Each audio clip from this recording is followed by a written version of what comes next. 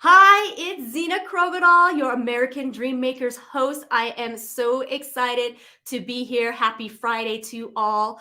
I've got a very special guest. He is a mover and a shaker for our community. I cannot wait to introduce him. But first, here's our video.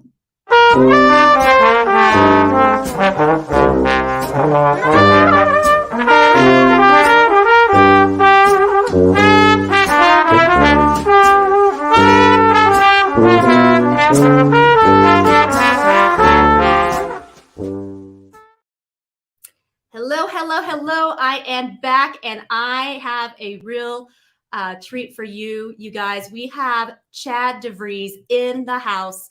He grew up in a small town in the Midwest like Prescott, where he was raised with traditional family values. He is a Christian, a conservative family man, Republican, and local business owner. He's called Arizona home since 1991, raised 5 kids, and now he's a grandfather of 4. He recently married the love of his life, Tamaya, and helping raise 4 teenage daughters, who are all attending Prescott High School. He spends a lot of time working with several local charities. He has received several honors. You guys, give a big welcome to our guest here, Chad DeVries. Hello. Hey, how are you? Good to see you, I'm, Zena. I'm doing well. How are you today, Chad? Well, I'm a lot better after hearing that. Wow, thank you. And You're you know I'm a glutton for punishment because I got 4 teenage girls now. That's why I said, woo! Yeah, so That's so awesome.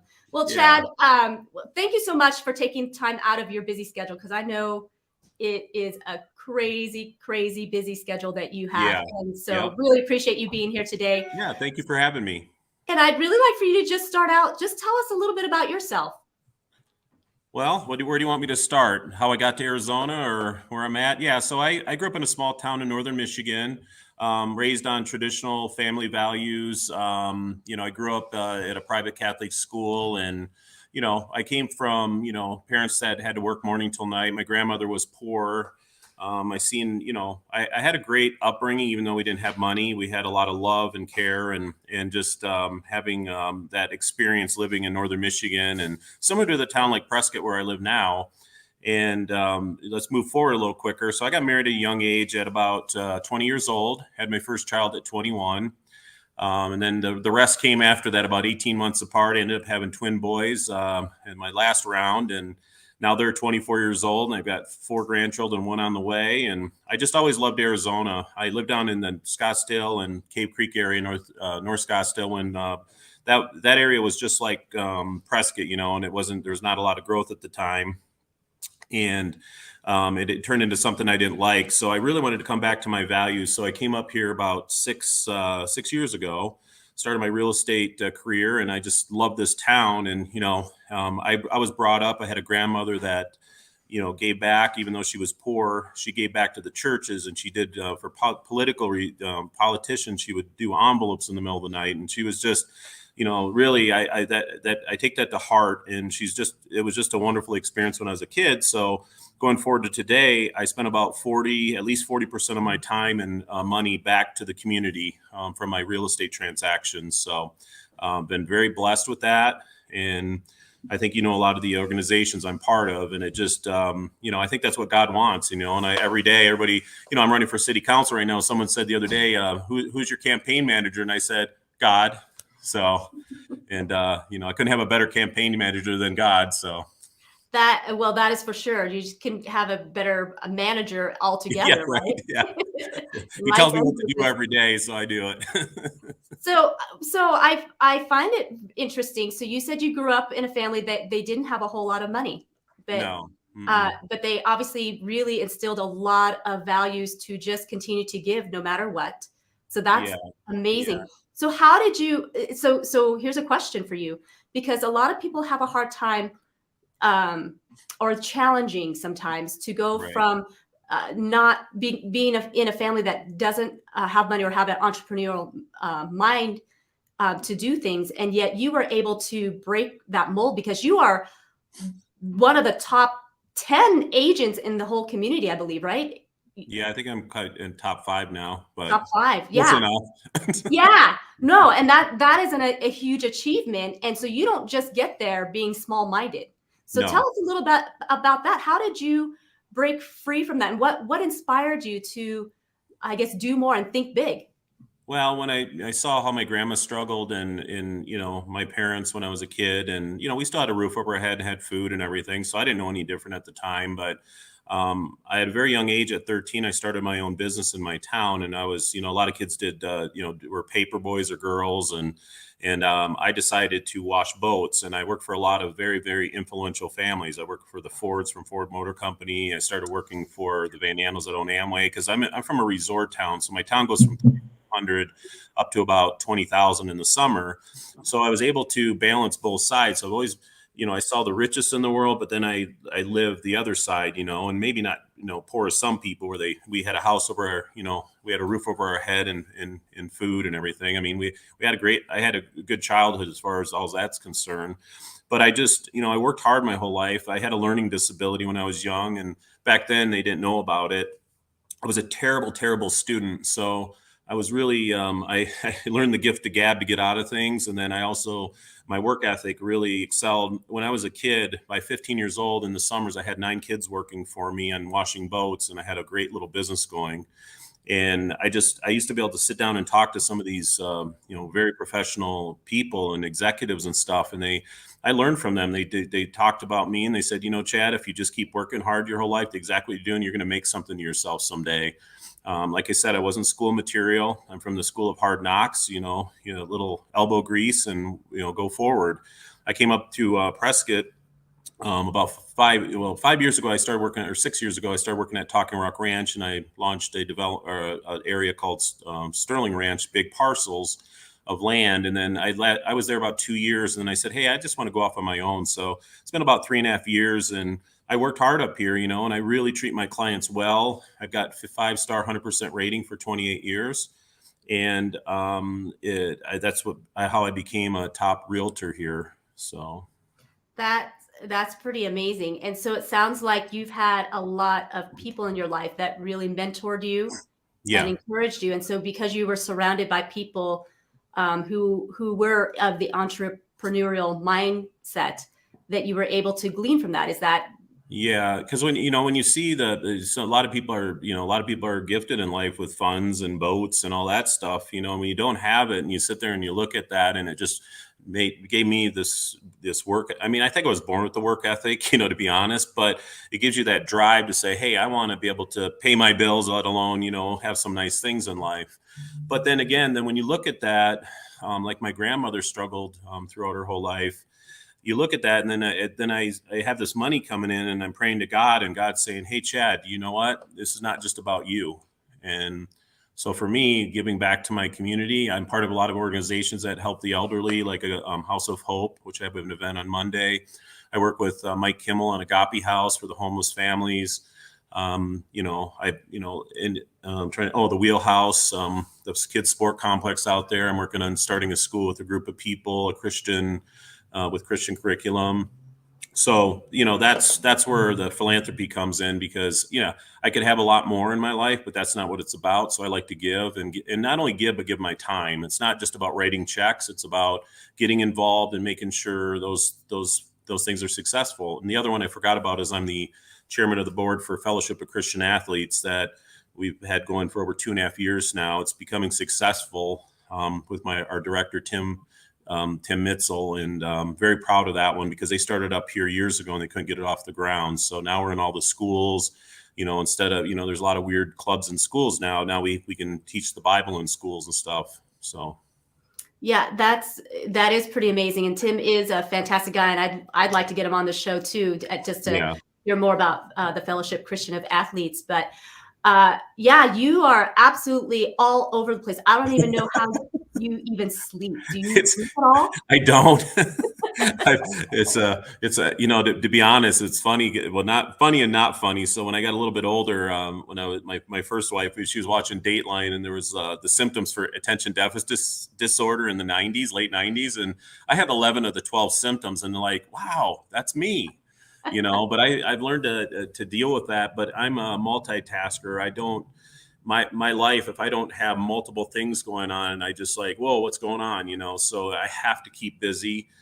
Hence now I'm running for public office here for city council, a 4-year term in Prescott, because I believe, with what I know with the kids in school and the businesses and some of these charities I'm part of, I see the pulse of the town and I want to just make it better. Yeah, and it's nice that you have the heart and the passion to just want to continue to serve regardless. And so as you basically became successful, because you were successful before you even came to Prescott. Yeah, I was successful down in the valley. Now I took my hits. We had the economic storm of 2008. With the housing and stuff. So it hasn't always been glamorous. But what I've learned to do is bounce back. Someone got me a gift years ago, and I don't know if you remember you might be a little too young for this, but remember the toy Weeble Wobble? Yes. You remember a Weeble Wobble? Yeah. I got to show you this. This is funny. My wife laughs at me. I got one right here. Okay. Remember the saying about the Weeble Wobble? They weebles wobble, but they don't fall down. That's me, and that's been my history. So I've taken a few hits in my career, and I've taken some pretty severe hits too, where I lost everything probably twice now, and I get right back just like my weeble wobble. So, and God's got me through a lot of stuff. Sometimes, and the weird part about failing is it's made me even stronger for where I'm at in my mindset today, and gave me the wisdom to do what I do now. And so you look back, when I was in that position, I didn't like it at all. But then when I reflect back, I see what God was trying to tell me, like, wake up, Chad. And, unfortunately I had that happen a couple times. So I'm really learning to listen to God now. Well, and I love that you mentioned that as part of your success, because what I have found as I listen to more and more people and read more books, that seems to be a common factor. In fact, they say that the strategy for success is to go ahead and fail fast. Fail fast and fail forward. The faster you get it over with, the quicker you're going to learn, and the better you're going to get out there and excel. And I find that to be interesting. So I'm really glad that you shared that. So when you had quote unquote failures, because really they've turned out to be learning lessons, like huge learning lessons. Mm-hmm. And so even though you had a learning deficit in school, as far as your traditional reading, writing, that sort of thing, you obviously do not have a real learning deficit in life, because you've learned to navigate through it, correct?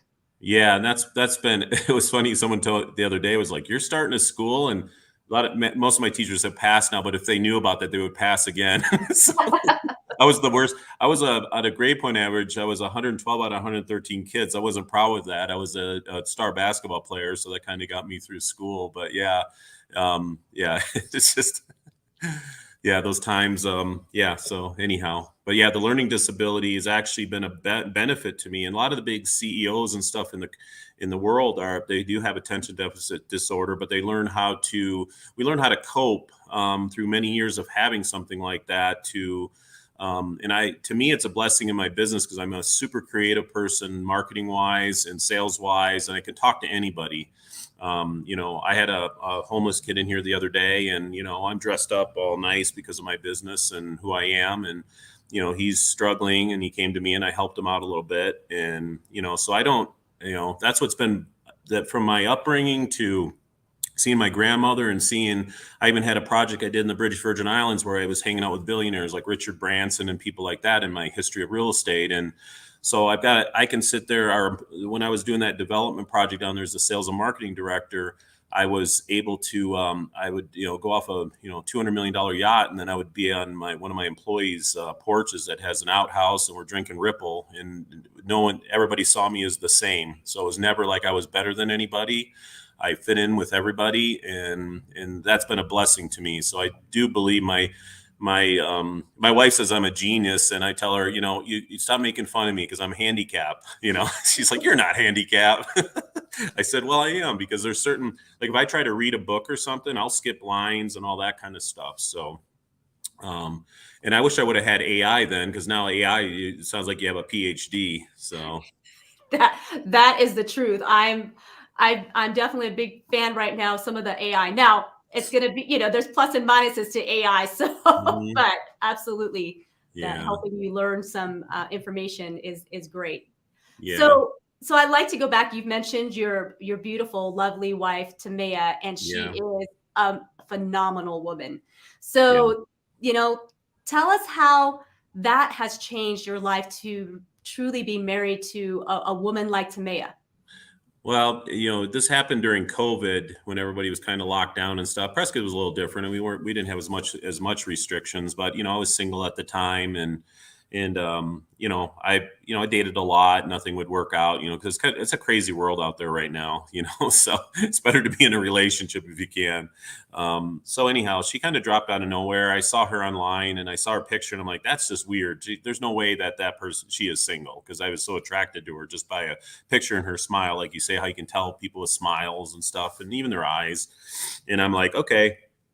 I'm going to reach out to her. And I was like, I don't think she's real. I think I was being catfished or something, and we both connected. And then I called her right away because I don't beat around the bush anymore. At the time I was 50 or 49. I think it was 49. It was a couple of years ago. And we hit it off, and it was Labor Day weekend. And she's like, hey, what are you doing this weekend? I said, I don't know. And she goes, I hope it's something with me. And I'm like, whoa, it just kind of took me back, And so long story short, we met up. I drove down to the valley, and we met, and the rest is history. She has 4 beautiful girls, and they were in a tough spot in their lives, and she's Hungarian. She lived in a refugee camp, escaping Hungary back when she was 13 years old, and they wanted freedom. So it was, she's just been a blessing, and she's about more American than anybody I know. She supports me. I mean, I don't know if she knew what she signed up for, but because I go pretty fast, and but she's there for me in the campaign. She's there for me in all the charity organizations, and she loves to give and share as well. And my daughters are amazing. They're just they just want to give as well. So they're a big part of the team.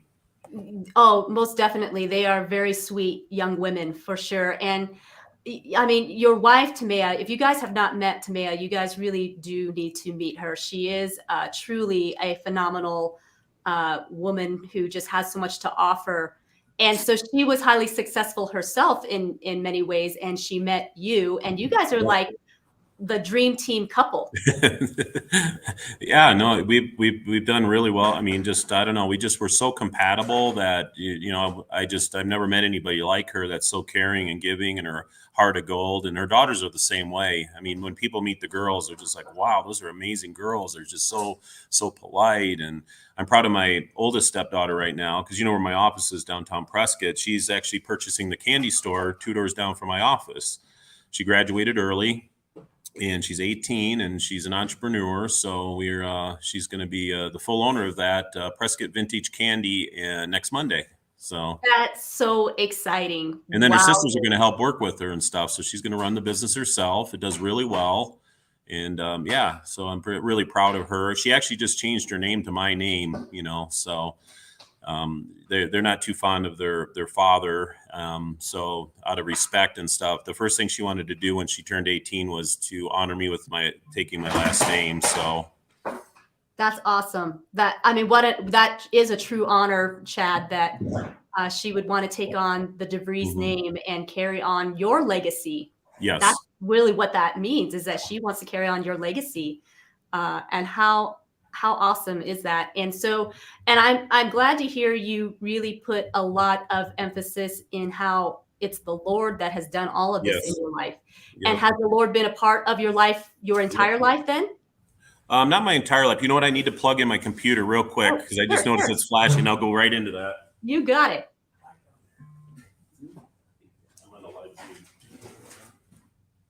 So Chad and his family, they really do a lot for our community. And that office that you see back there is really astounding. If you've not been to see Chad's office downtown, you really need to go see it. It's just stunning. And he offers it to so many people to use. I mean, that's how big his heart is. He's so generous. And I'll just kind of bring this in a little bit. But he's had an artist, paint those walls and put art on there. I mean, and his wife has done an amazing job with the office there. Oh, that's okay. I'm trying to find my plug. Bear with me. My life's crazy. No problem. It's all good. and then that view, you can see just the courthouse downtown. And so when you sit in there, you automatically just feel very relaxed, calming. I mean, it's just that place that he has in there is like a sanctuary. I guess that's the word that comes to my mind. It's like a sanctuary, and you can tell that the people are in it have big, generous hearts, and you can just feel the warmth and the welcome. And so, yes, so you definitely want to, visit Chad sometime in his office. So you bear with me 1 second. I just got to find the right plug. No problem, Chad. It's funny because I could never have an electric car because it would just not work for me. Well, you know what? You're just demonstrating in practicality, to adapt and overcome, unexpected things. Yeah. Yeah, I do. And Malcolm here, my business partner, he just found a universal plug because I left mine at home. So I'm just trying to get that set up, and there we go. I think that's lifesaver, Malcolm. What a lifesaver. Is that plugged in? That's not on, is it? Yeah, it's all on. All right. Well, we keep talking, and I hope I don't run out of battery because this one isn't working. So. All right. Okay. You were asking me about my my faith. Yes. Have you always had this strong faith? No, I didn't. I took a big hit in 2010, and I was at the worst part of my life, and God brought me into down to my knees, beyond what I could ever imagine, and I was able to get out of that through my mom and just praying and getting through all those kind of dark waters. So yeah, that was. I haven't always been strong in my faith. I was raised Catholic. I am Christian now. It's not working here. Malcolm's going to help fix that while I talk. Yeah, so I'm a Christian, and I've been a Christian for about 10 years. I would say I've been more of a participant in the last 5 years. I think a lot of us are spectators when we get into religion. And so now, yeah, I'm definitely involved. So I feel like a lot of us are spectators in life, not just religion. Yeah, no, I think we are. I think a lot of us are, go to church and you got the beautiful music and all that stuff, but do you really understand the meaning, or do you read the Bible and get more involved? So I've learned to be involved. So that's been a blessing to me, and it's helped me out every day because I do pray every morning, and God gives me my mission every day. Sometimes it's very uncomfortable, with giving back, money and all that kind of stuff. And I've never gone without. So I just put God first every day, and everything falls where it's supposed to. So thank you for sharing that. That's wonderful to hear that you walk by faith and you're trusting. It's not just once a week, but every day that you're seeking and searching. So very glad to hear that. So tell us, out of everything that has gone on in your life and all the things that you have been through, all the trials and triumphs, what are you most grateful for? I don't know.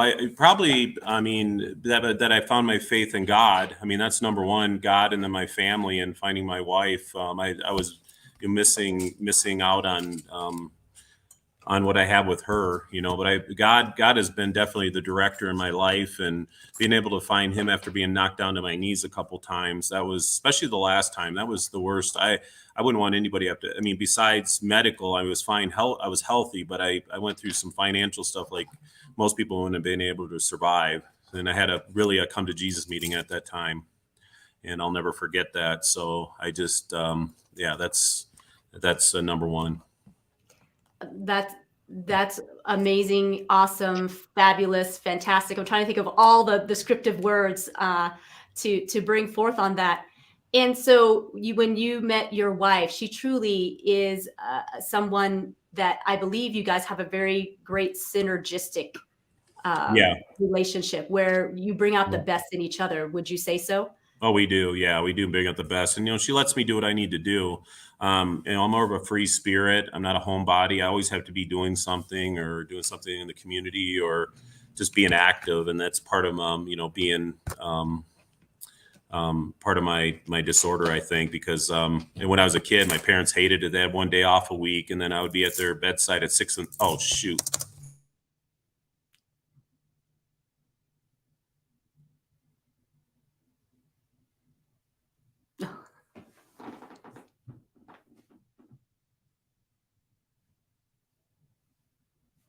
Hey guys, I think we got a little bit of technical difficulty, so hang in there. We'll see if Chad comes back.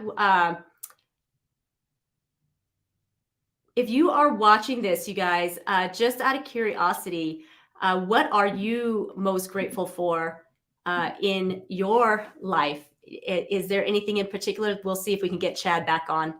Uh, Anyways, it has been a fantastic Friday for sure. And I can tell you, I am very grateful for my spouse. He is definitely an amazing guy who brings out the best in me as well. And so I just am grateful and I'm thankful. And so I hope that you guys, definitely can find something to look at and be grateful and thankful for someone who has been a part of your life that has brought out the best in you. And so I think we may have lost Chad, for the moment, but so we'll probably just say goodbye for now, and hopefully we can have him back on again. And anyways, you guys, be blessed, be prosperous, love and serve one another. It is, a lot. Our life here is so short, and we've got much to do. So I thank you for tuning in to American Dream Makers. Chad DeVries truly is an American Dream Maker, and so we do thank him for his time. So I will say goodbye for now. So I say happy weekend, and you know what? Chad is back. Yeah, sorry. Chad is back. Something, my internet went down. I have about 7% battery, so I'll have a little bit longer. Sorry about that. It's been a crazy day. It's a Friday, and it's, I don't know. So Malcolm's trying to help me over here, but nothing's working. So I don't know where we left off, but like I said, I got about 7% battery, so we should be able to finish up here in the next 5-10 minutes. Yeah, we were just talking. I mean, an excellent wife who can find. She's far more precious than jewels. The Bible talks so much about. No, absolutely. How important it really is. And so I'm so glad to hear that you have a partner in life and you have these wonderful girls that look up to you as their father figure. Yes. And so anything, I was asking you what you were most grateful for. And I think you were kind of in the middle of telling us that. Yeah, I mean, I'm every morning I'm grateful because I wake up and I live in a beautiful town and have beautiful daughters.